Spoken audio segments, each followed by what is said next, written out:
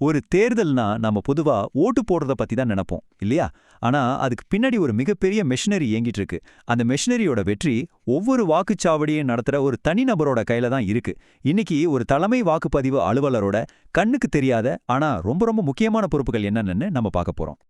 பாருங்க, இது எவ்வளவு சீரியஸான விஷயம்னு. ஒரே ஒரு சின்ன நடைமுறை தவறு அவ்வளவுதான் மொத்த ஓட்டிங்க நின்னு போயிடும். ஏன்னா ஜனநாயகம்ங்கிறது ரொம்ப நுட்பமான ஒரு விஷயம். ஒரு சின்ன தப்பு நடந்தா கூட முழு சிஸ்டமும் அப்படியே முடங்கி போறதுக்கு வாய்ப்பு இருக்கு. சரி, முதல்ல ஒரு தலைமை வாக்குப்பதிவு அலுவலரோட நெறிமுறைகள் என்னன்னு பார்க்கலாம். அவங்க வெறும் ஆபீசர்ஸ் மட்டும் இல்ல, நேர்மையான தேர்தலை நடத்துறதுக்கு அவங்க தான் முக்கியமானவங்க. அவங்கள ஜனநாயகத்தோட பாதுகாவலர்கள்னு கூட சொல்லலாம். இது ஒரு வேலையை தாண்டி ஒரு பெரிய பொறுப்பு. இங்க பாருங்களேன், இந்த வேலையோட அடிப்படை என்னங்கிறத இது அழகா காட்டுது. இது வெறும் ரூல்ஸ் இல்ல, இது ஒரு மனநிலை. அதாவது நாம செய்யற வேலை பெருமையானது, நாம பொறுமையா இருக்கணும், அதுலயும் ரொம்ப முக்கியமா எந்த கட்சிக்கும் சப்போர்ட் பண்ணாம முழுசா நடுநிலையில இருக்கணும். இதுதான் ஒரு வாக்குப்பதிவு அலுவலரோட முக்கிய அடையாளம். இந்த வேலையில ஜெயிக்கணும்னா ரொம்ப சிம்பிள்.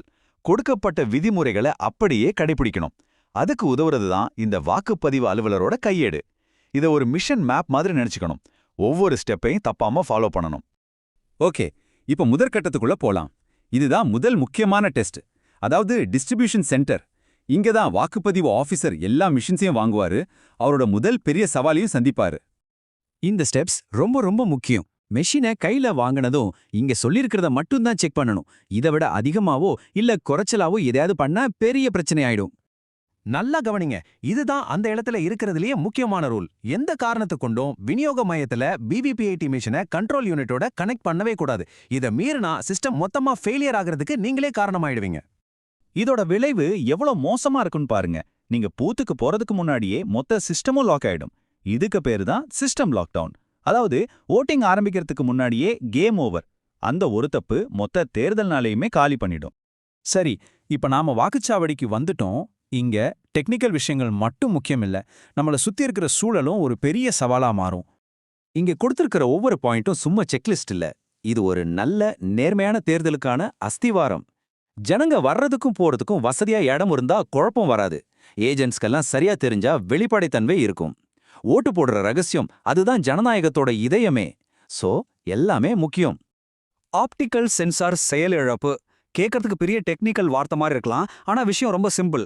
விவிபிஏடி மெஷின் மேல தப்பான இடத்துல ரொம்ப பிரகாசமான லைட் அடிச்சா அதோட சென்சார் வேலை செய்யாம போயிடும், அவ்வளவுதான்.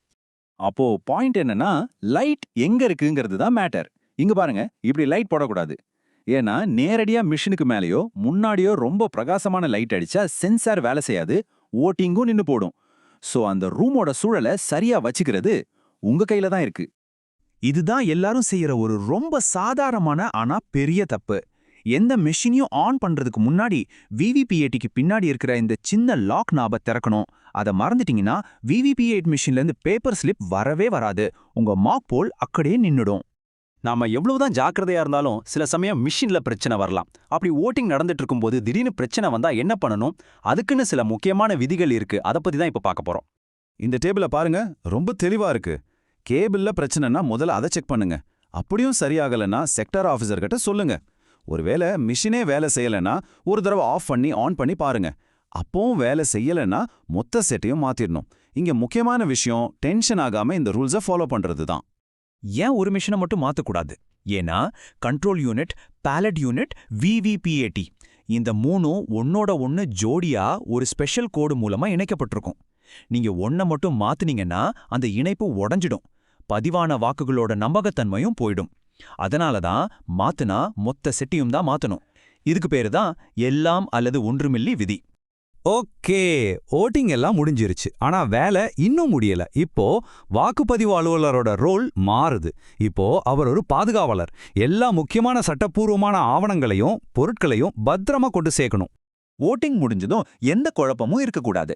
எல்லாத்தையும் பக்காவா பேக் பண்ணணும். அதுக்கு தான் இந்த கலர் கோடட் சிஸ்டம். பிரவுன் பாக்கெட்ல ரொம்ப முக்கியமான கையேடு, சீல் மாதிரி பொருட்கள். ப்ளூ பாக்கெட்ல தேவையில்லாத பேப்பர்ஸ். இது சும்மா ஒரு ஆர்கனைசேஷனுக்காக இல்ல, இது சட்டப்பூர்வமான ஆதாரங்களை பாதுகாக்கிற ஒரு முக்கியமான படி. இதுல எந்த தப்பும் நடக்கவே கூடாது.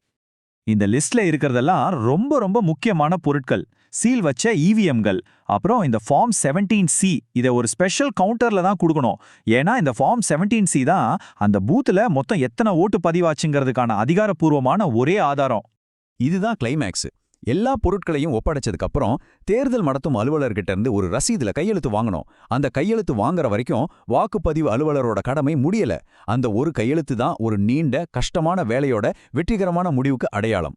யோசிச்சு பாருங்க, பல லட்சம் வாக்குகளோட நம்பகத்தன்மை ஆயிரக்கணக்கான சின்ன சின்ன சரியான ஸ்டெப்ஸை நம்பி தான் இருக்கு. இந்த பிரஷரை உங்களால ஹேண்டில் பண்ண முடியும்?